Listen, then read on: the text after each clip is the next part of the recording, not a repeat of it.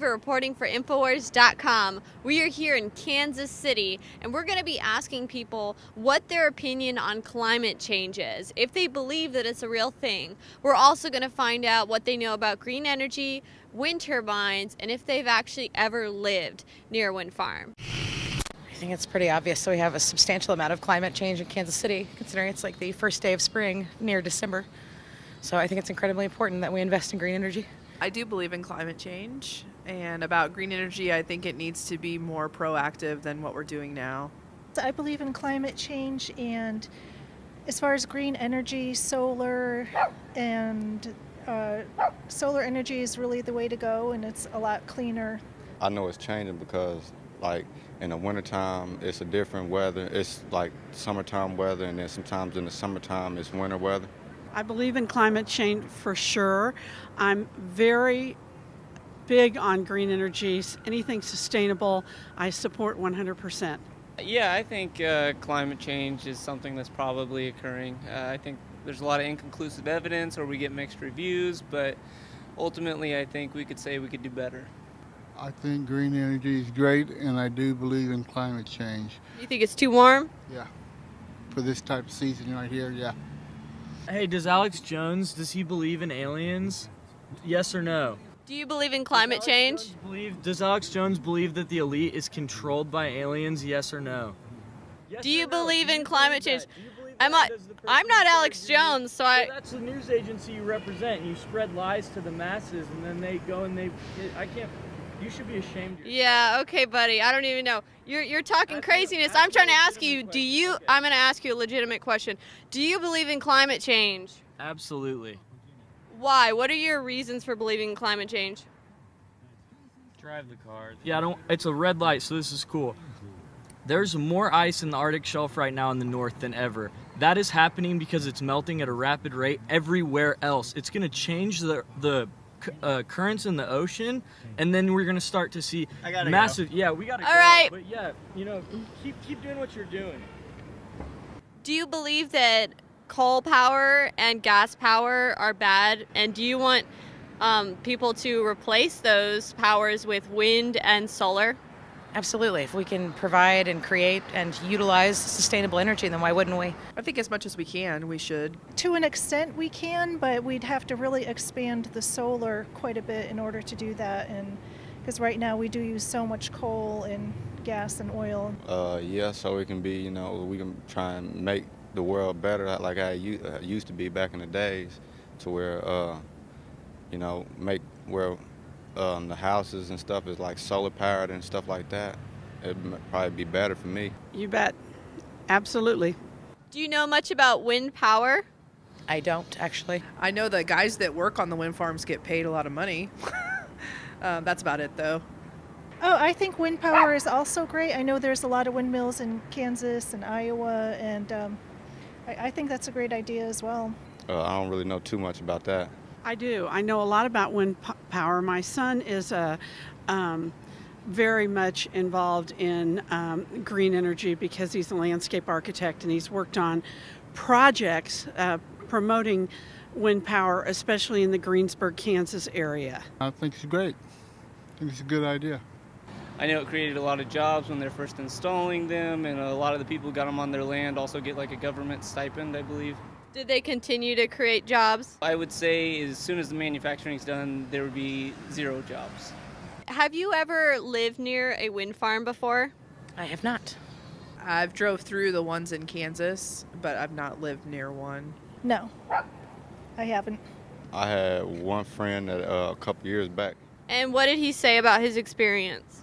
He didn't really tell me too much about it. He just was telling me where he used to stay at. I don't know anybody who has lived on or near a green wind farm, but I know my son's involvement with it, and it's very important, I think. I know several people who have them on their properties so usually they buy out large chunks of land and put in several on a pasture or open sort of high plain area.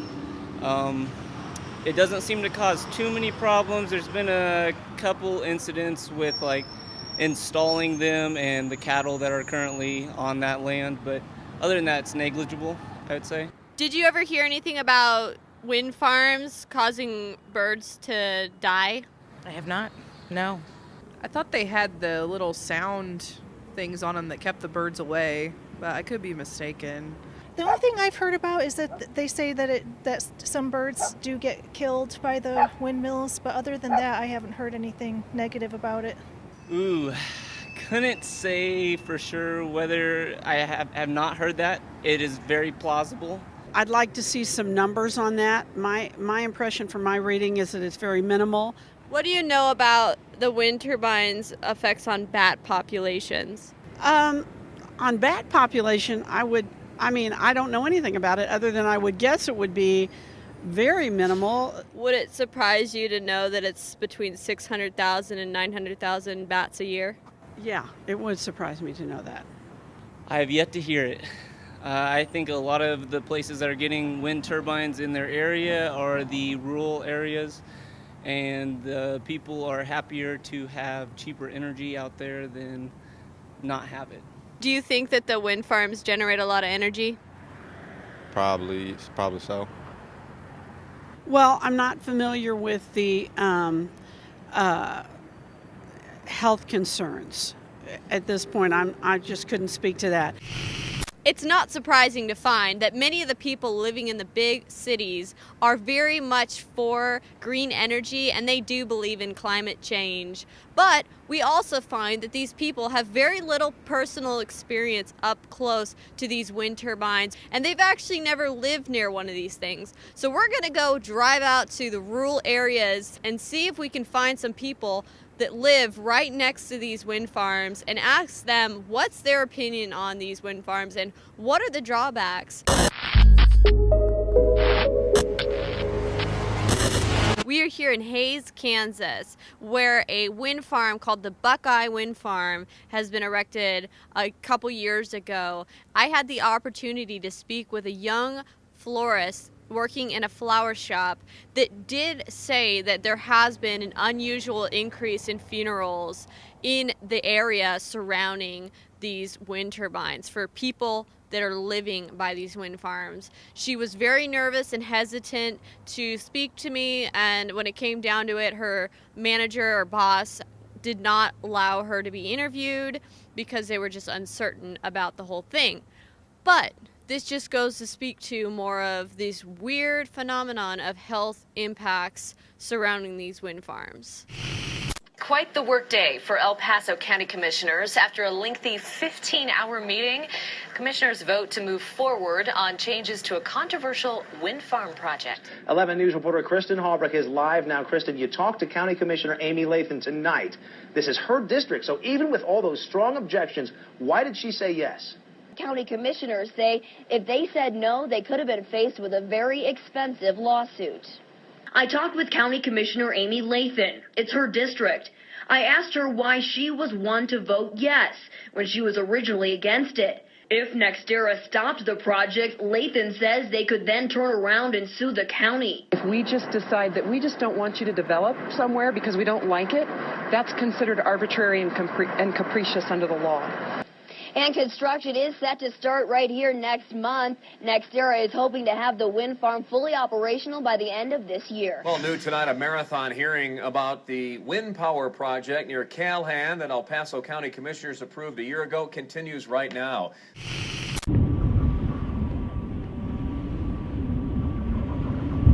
It's a feeling of claustrophobia because you can't get away from it.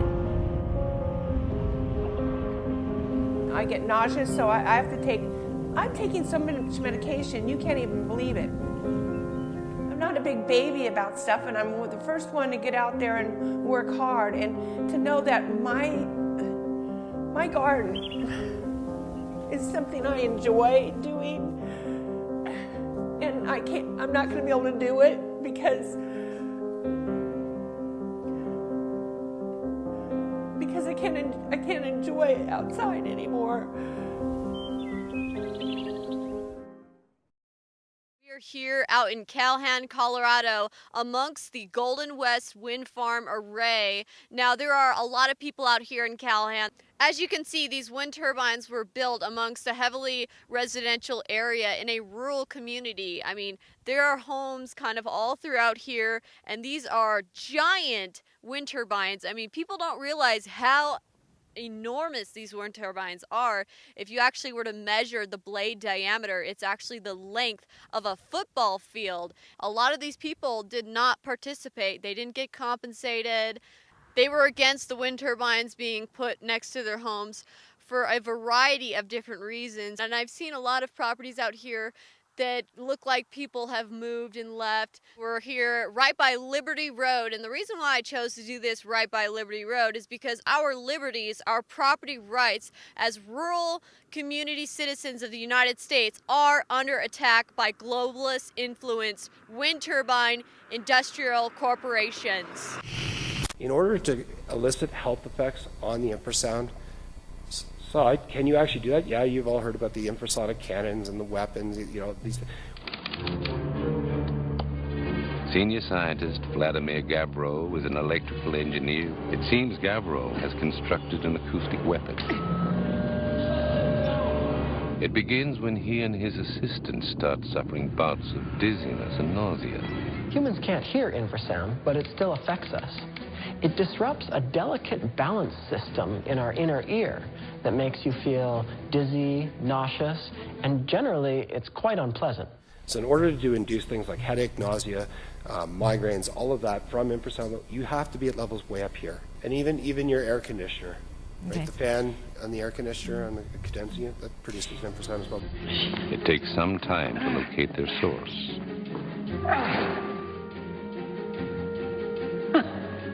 Gavro suspects a faulty ventilator has been generating ultra-low frequency sound, inaudible to the human ear, known as infrasound. French scientist Vladimir Gavro has stumbled across the dangerous effects of super-low frequency sound on the human body. We're simply exposed to infrasound and low frequency noise. It's not unique. Does it come from a wind turbine? Yes. Can they actually pick out the signature and say this is wind turbine specific infrasound? Yes. Since the meeting here on Thursday, where the county commissioners heard NextEra defending themselves, claiming that, yes, we now do admit that infrasound is being trespassed onto non-participating residents from these wind turbines, but their claim was that it was not causing any medical harm. Well, the person they had as their medical expert was simply a man with no little more than a philosophy PhD degree. So they had a philosopher up there presenting their medical facts as to why these wind turbines were safe and why infrasound wasn't going to harm residents. And now I'm going to pass the presentation over to Dr. Chris Olson. My name's Chris Olson. I hold a PhD in environmental health. So I've been practicing as an environmental health consultant for the last 20 years. And Dr. Chris Olson may have an impeccable reputation. I don't know him. I do know that I read a letter the other day that said he perjured himself in a Canadian court. Christopher Olson confirmed under oath that he is not a medical doctor, not an acoustician, or an engineer, or an epidemiologist, or an expert in epidemiology. Now that was a statement in court under oath. He also verified that he has a PhD in philosophy. Just very briefly, clean up a few things here. I do hold a doctorate of philosophy in environmental science. A PhD is a doctorate of philosophy, and then you have your subdiscipline, whether it be English, music. There was a couple of times it was brought up that I had perjured myself in Canada. I have not ever been charged with perjury. I'm not a doctor, but I play one on TV. Well, you know, I did get a chance to go up there and I spoke my mind. I told them about a scientific study that several of the people out here, the residents, participated in which medical doctors did say that these wind turbines were causing several residents, including myself, health effects. I am here in the capacity as both a reporter and as a person who does have an interest. Now, these are some of my questions. What right do they have to trespass with noise levels that are in violation and infrasound, which can cause health problems. And there are numerous studies out there that show this. You guys want to ask someone about whether they actually did conduct a scientific study? I did. Please, sir, we've done what you told us. I'll have to give the matter a little thought. Go away and come back tomorrow. We worked with a doctor, a family practitioner, and my family was being seen by this doctor. There were numerous tests that were done. We had hair cortisol tests done. The doctor actually said, yes, this is extremely abnormal. Why are all of your guys's? It was myself, my husband, several other neighbors out there. All of our hair cortisol levels were extremely high to where I said, well, could daily stress, could any amount of daily stress account for these hair cortisol levels? And she said, no, this is abnormal. I had numerous problems, which then led us to decide, let's go ahead and work with Robert Rand, who is an acoustical engineer who has infrasound reading devices that we could use, and he could then analyze the data. Now, we had this study where we had a bunch of people all in a cargo van with the infrasound detection equipment present, tracking our vitals. We had our heartbeat, we had our blood pressure, we had our temperatures being taken as we wrote down our symptoms that we were feeling. And the doctor then reviewed these notes and said that yes, there was something anomalous here, and it was very concerning. And what she actually diagnosed, that majority of us were experiencing what she termed as a vasovagal response. So it was a cardiovascular effect that we were seeing coming from these wind turbines. And we had this study reviewed by expert doctors. And guess what? We do have expert doctor witnesses saying that yes, these turbines were causing health problems. Very resourceful. Yes, sir. So we'd like you to keep your promise to us. So when you have somebody like Mr. Olson here, who's not an MD, we have MDs. We have doctors saying there's something going on here. In my opinion, you know, NextEra can say one thing, but when we actually have doctors looking and doing studies that we're conducting out there, I think that should speak for itself. You ungrateful creatures think yourselves lucky that I'm giving you audience tomorrow instead of 20 years from now. Oh, pay no attention to that man behind the curtain. What right do you guys have to impose sound levels that are in violation of safety on non-participating landowners' property rights? We will not be responding with that particular question because it's a legal question. Mm-hmm. And again, this is a department and committee report, but my county attorney has taken notes of that. I don't believe you. Now, what's interesting is since this meeting happened, since Thursday, these wind turbines have been off. Now, it really makes me wonder, are they going to be off permanently? Have the county officials decided that they are actually having an enormous liability on their hands? So we were just standing out here reporting when this man came out and stopped by to ask us why the wind turbines weren't turning, and he himself is a resident out here amongst the wind turbine array. So have you been affected at all by these wind turbines? My family has. They have made my wife very sick. She has trouble walking now. Her joints ache. We sold off our cattle. They weren't doing well. Our chickens stopped laying eggs. And we're planning on moving. We're being forced out. Is there anything else you want to say about, you know, the wind turbines and things like that? We feel really bad that the county didn't look after the people that were here. Apparently they got bought off politically or something. Have you received any complaints at all related to health impacts, whether those are for people or for livestock or pets? Yes. Generally speaking, those complaints have been that these impacts have been attributable to infrasound, which is a form of noise. Before I turn things over to Rich to cover in depth our post-construction sound monitoring, I did want to just touch a little bit on the benefits of Golden West for El Paso County. We have some one-time items, such as the $1.6 million development fee that was paid to El Paso County, the $1.3 million for road and bridge improvements in the general vicinity of the project. Over the 30-year life of the project, we're anticipating we're going to pay $25.5 million in property taxes.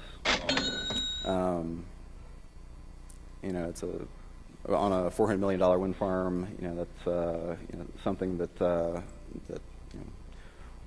we feel certainly adds to the tax base of the county. And then also in our development agreement, there's a $50,000 annual payment to El Paso County for ongoing costs related to the administration of these permits. So that is we make it no matter what. You don't have to show us receipts that show you actually spent $50,000. All the objections that were brought forth, they just brushed aside, and we always felt there was a ulterior motive why they were here. But without a lot of money to dig into it and legal aid, there's no way you'll ever find out the truth. The way they wrote the contract, they can turn around and walk away, and the county's stuck with trying to get rid of these things. We've also heard that the liquids that they use in these things pollute the ground, and there's no way of getting rid of that too. The ground's contaminated for years afterwards. I don't think you're going to have a chance with Xterra. I think they're going to take their money and run if they haven't already. And then the county's stuck with the cleanup, and they won't be able to do anything either. These things are already falling apart. There's patchwork done all along the sides of these things, and there's been numerous blades and repairs that have been having to be done on these wind turbines. I appreciate InfoWars coming out and looking into this, and hopefully they'll make the public more aware of what's going on, and maybe there'll be some resolution, and I hope it stops some of these wind farms from spreading to other parts of other communities that'll affect the health of other people. Thank you very much. By the fact that this man just drove by and stopped. I've never met him before, and he came out saying that his wife and himself are experiencing health problems because of these wind turbines. So they don't even attempt to complain. They don't even attempt to try because they feel like the county doesn't represent them, and the county just completely disregards their opinion whatsoever and is just fully doing whatever this big billion-dollar wind farm corporation tells them to do. Now, we did get a tip from this gentleman that the next era wind turbine office area where they have their controls and whatnot seems to be closed down. So we're going to go drive by to see if that's the case, because the turbines are not operating, so it seems as though they have shut them down for now. Now, we do not know if they are in fact closed or not, but I don't see anybody here, and they definitely are locked up. Their gate is locked, and the turbines are not running. They are off. And according to residents, they have been off for a couple days now, and people are starting to wonder and speculate as to why they're off and if it has anything to do with the recent meeting with the county officials. I'm here with Joe Cobb and his son. They are both residents out here in Calhan, Colorado. So, Joe, how's it been living amongst the wind turbines? Torturous. Absolutely torturous. It's just something that's just every day. It's just berated and beat on every day. You can't get away from it, and now that they're down, we don't know what to think. You guys do have livestock and animals. How have your animals been? I know you said that a lot of them have actually passed and you've had a lot of problems. Can you tell us about that? Yeah, we've lost 16 animals in the past 18 months since they turned these things on. We've had 2 blind ducks. We got another one that's going blind. We've had deformities in baby goats, and we've had even a baby horse that was aborted at full term, and we don't have any explanation why. But we've been doing it for 30 years, and we've never had these problems. And what about you? What type of symptoms and health problems do you experience from the wind turbines? It's been exhaustion is a good way to describe it. It is, you can sleep 8 hours every night. You wake up, you're just tired. You stay tired. It doesn't go away. And mental clarity is a good way to describe it. It's like you're in a fog. I know that your mom has had health problems from it too. What does she typically experience? It's been tiredness, headaches. It's been mental exhaustion. Yeah. Just straight up mental exhaustion. And she's been fighting this every day. She's only been away from it for 2 weeks since they came on. And you can just see it in her. The get up and go has got up and left. And she just fights it every day to take care of the animals and feed them and keep them going while she's watching them suffer and die as well. So it's really been hard on her. Do you think that the county commissioners are actually going to do something to turn these things off? Well, that's the only hopes that we have at this point. We've done our best to go before them and present our case, and we're hoping that at least they can give us a little bit of due credit. They talk about being respectful of them. They need to be respectful of us as well. Do you think that's a little bit of a victory that NextEra had to admit that, even though they tried to then say that the infrasound wasn't going to cause health problems? Well, it's absolute victory because all the times before I've talked to NextEra, and I've talked to David Gill personally on the phone, and he told me infrasound exists, but turbines don't produce it. And so I was fully prepared at the meeting to give them proof that infrasound does exist, but they came along prior to that and admitted to it. So now we just got to get the health aspect of it out there, and all we can do is send out the information to the Board of County Commissioners and hope for the best. The wind turbine company only did admit that the wind turbines did create infrasound after residents out here, including myself, all kind of chipped in and paid for an acoustical engineer to put equipment out on various properties out here to test for infrasound. And it was once that acoustical engineer found the presence of infrasound and that data was given over to the county, only then did NextEra admit to the infrasound being present on non-participating landowners' properties. Now I'm going to turn things over to Rich to discuss the additional two studies. My name is Rich Lampeter. I'm an associate at Epsilon Associates, and I'm here this morning to talk about the 2016 shadow flicker and sound level evaluations for the Golden West Wind Energy Center. There are several requirements. One is to conduct an actual sound level measurement study during operation of the wind energy facility under wind speed conditions identified as resulting in maximum or near maximum, and I'll get into that distinction later on, sound power levels. The study shall also propose mitigation measures to address any habitable structures that have been identified as experiencing higher than acceptable. Acceptable is defined in the condition as 50 dBA. To evaluate that 50 decibel limit, we're trying to capture worst case conditions. And what does that mean, and how do we do that? Well, it doesn't mean that the winds are blowing at the maximum speed at the hub height. It also doesn't mean we necessarily need maximum electrical output from the wind turbine. Again, that's not necessary. You humbug! Yes, it's exactly so. I'm a humbug. Oh, you're a very bad man. Per request of neighbors in Calhan, Colorado, I respectfully submit this review of the sound level compliance evaluation report. I found errors and omissions. Epsilon omitted noise impact assessment. The Epsilon report's data confirm the presence of intrusive facility noise levels exceeding the Colorado State Statute Article 12, 45 dBA noise limit for periodic noise.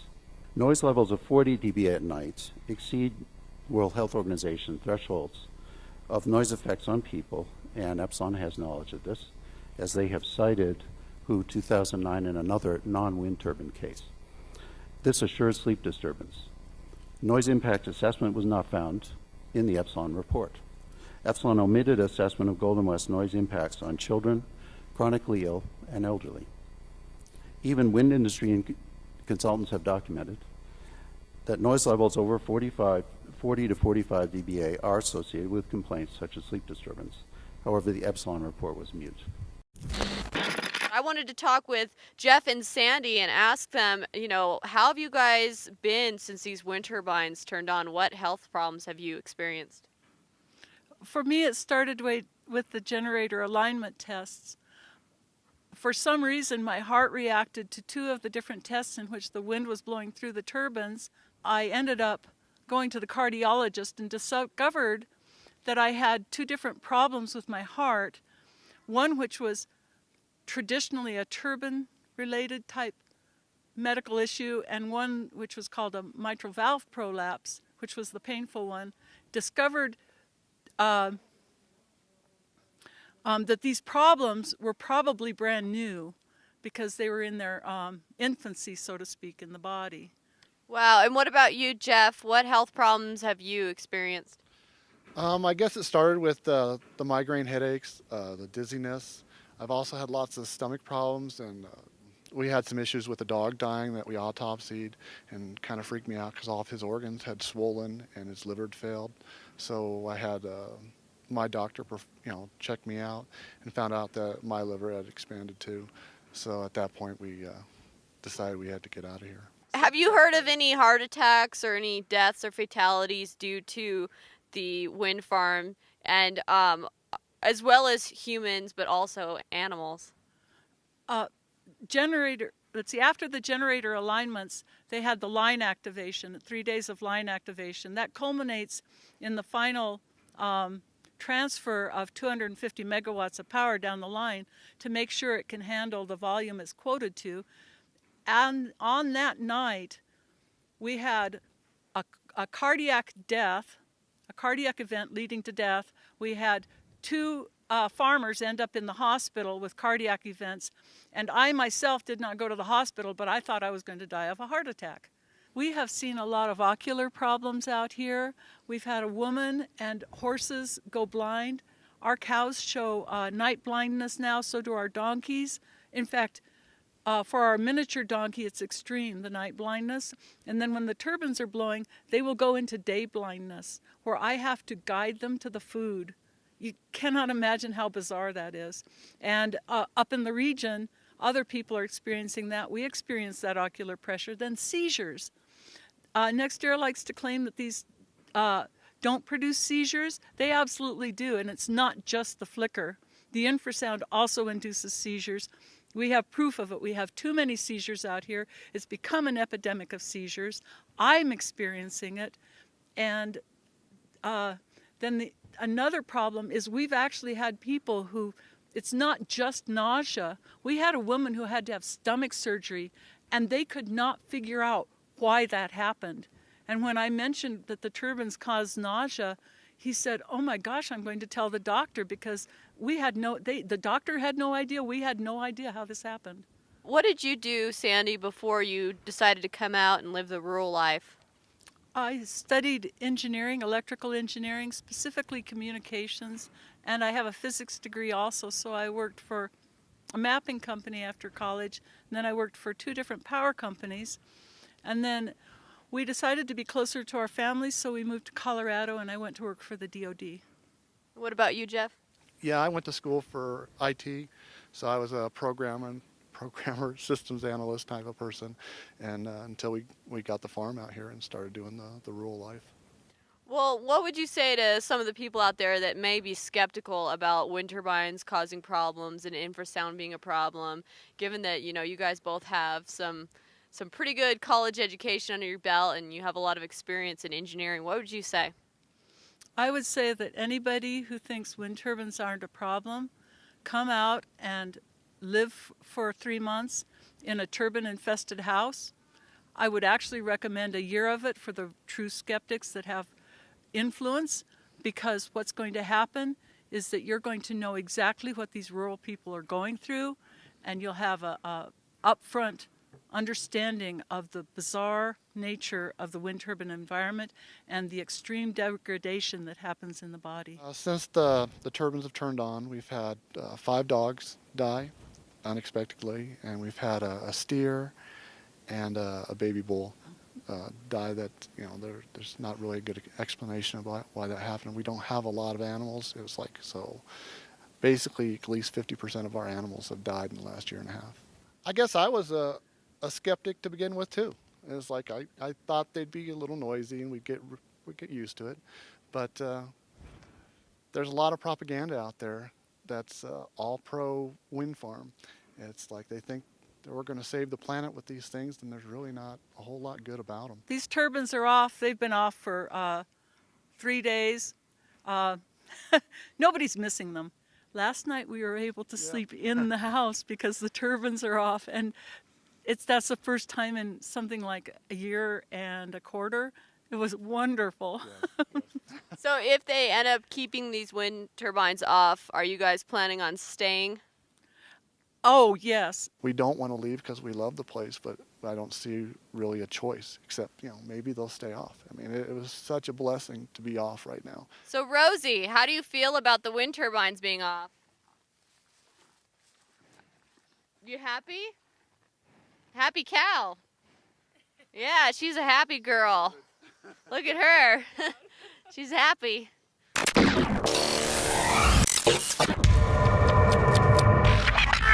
On Tuesday, President Trump signed an executive order unwinding Obama's climate change policies, which has climate change believers in a panic. Now, this comes after President Trump has already directed the EPA to start withdrawing and unwinding Obama's Clean Power Plan Act, which pretty much was trying to dismantle coal plants and replace them with solar and wind. So we're going to be joined here by Larry Mott, a former General Electric power plant engineer, to talk about these wind farms and their efficiency. Thank you so much for joining us, Larry. So Larry, can you tell us a little bit about yourself, and please explain to us how these wind farms aren't as efficient as these wind developers would want us to believe?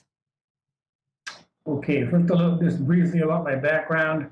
I started out as a nuclear power systems engineer with General Electric Company and was with them for 5 years. And then after that, started my own firm as a consultant in mechanical systems, mechanics, structures, and also power systems, including solar and a little bit of wind, but more on the residential level as opposed to the industrial level.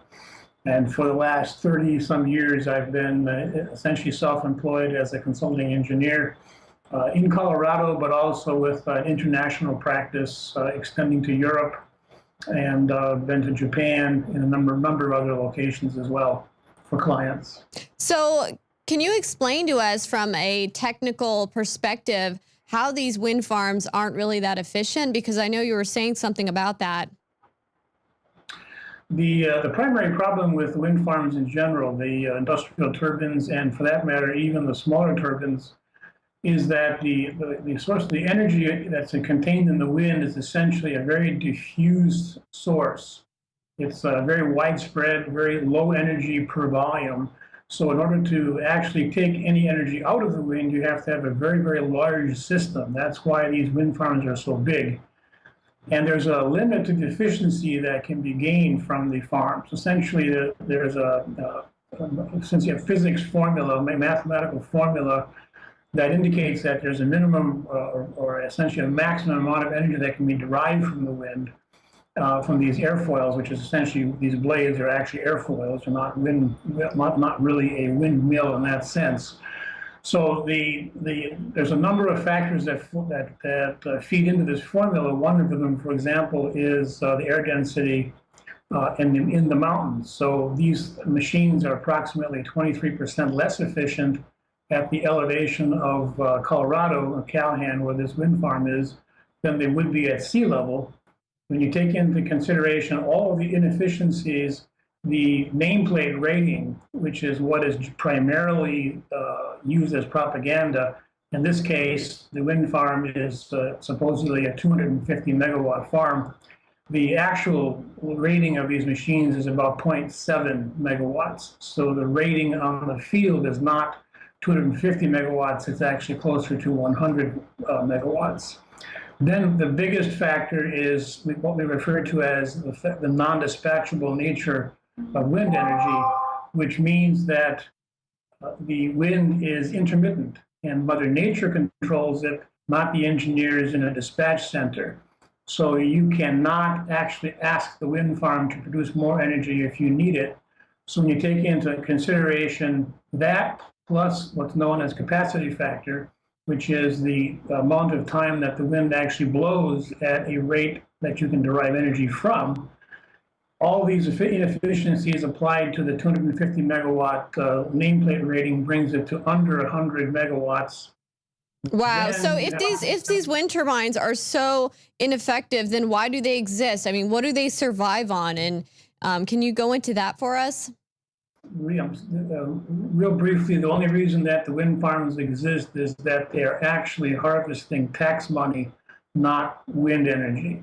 There is a power production tax credit that provides 2.3 cents per kilowatt hour, $23 per megawatt hour of taxpayer money to the people who actually start the wind farms and operate them.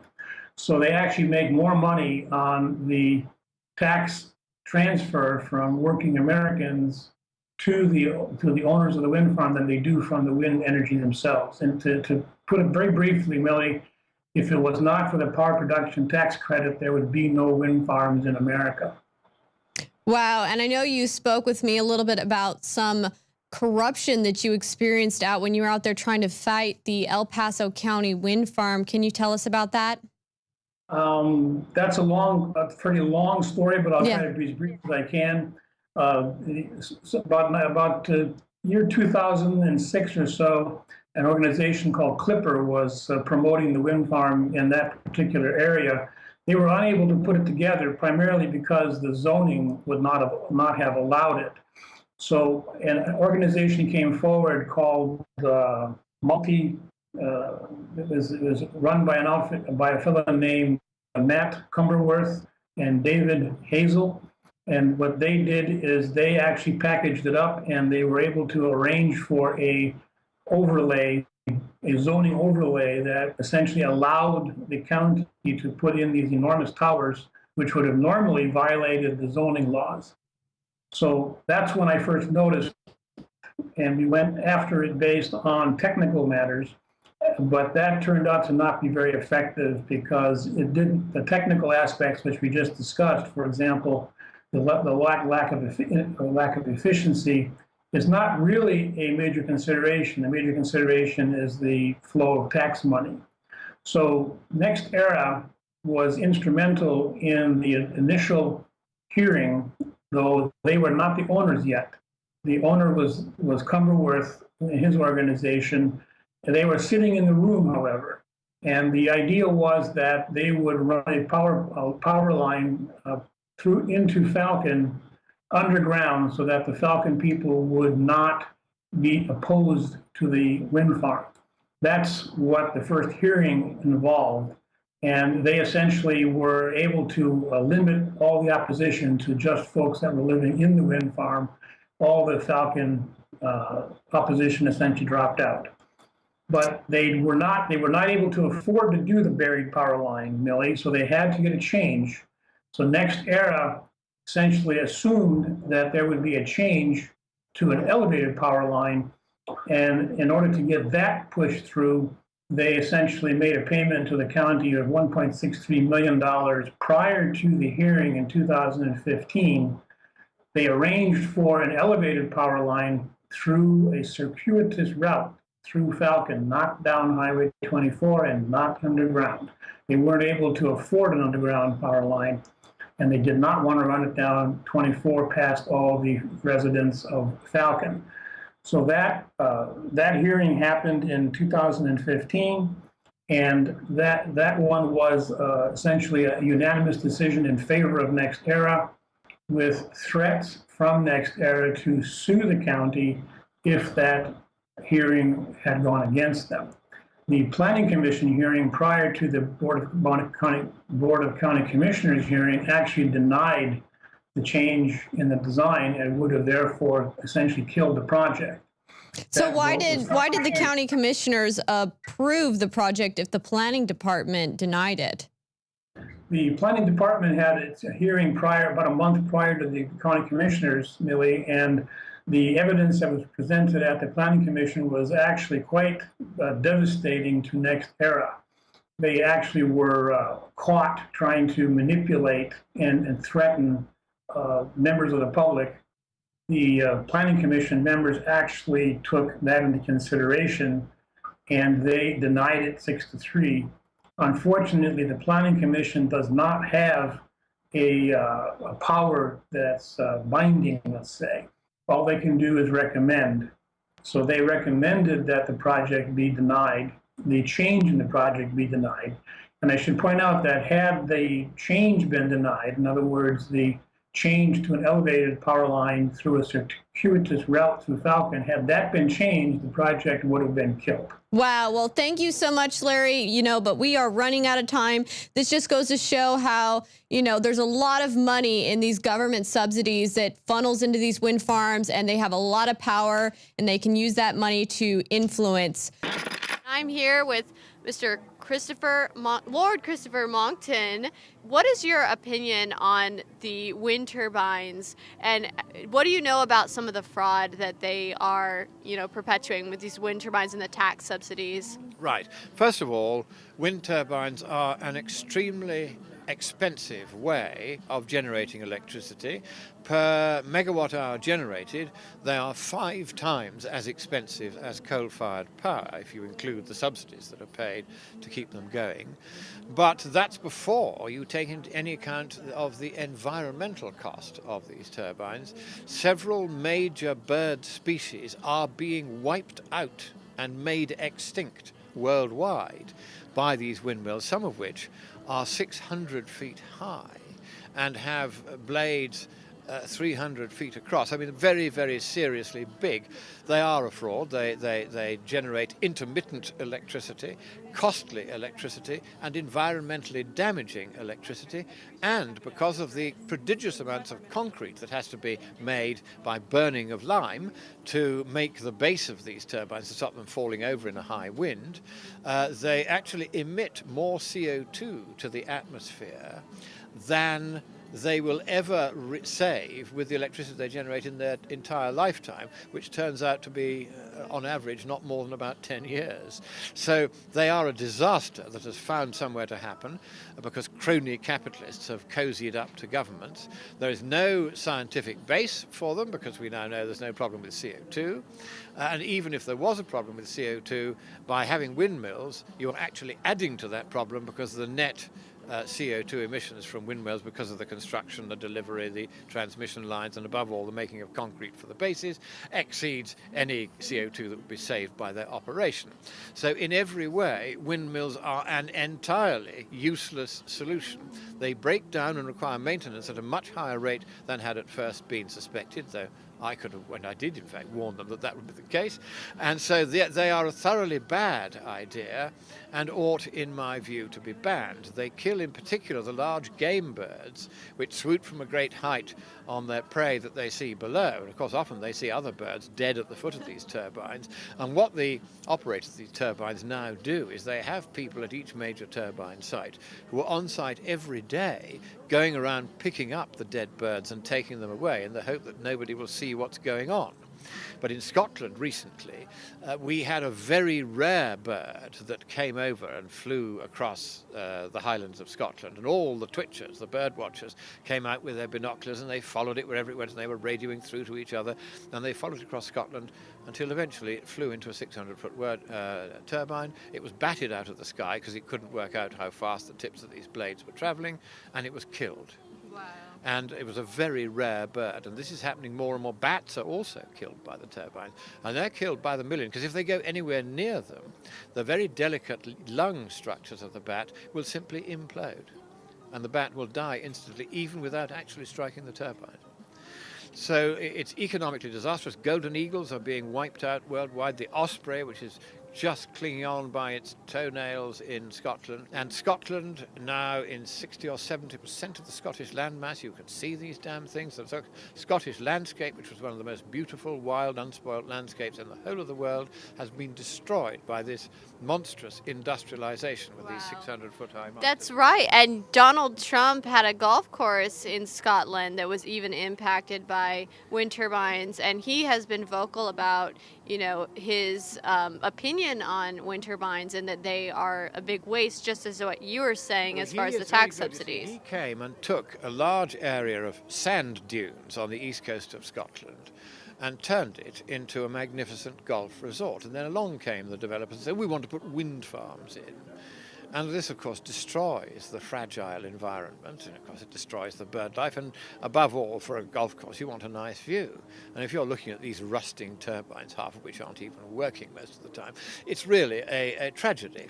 And he was quite right to be very angry that, having put a lot of money into this resort, he then finds it spoilt by these crazed environmentalists in the so-called Scottish, so-called national, so-called party, who are really a sort of new version of the Communist Party, who have gone round putting these windmills all over Scotland because they hate the landowners who own Scotland, and they want to do exactly the kind of damage to them that they've done to Trump.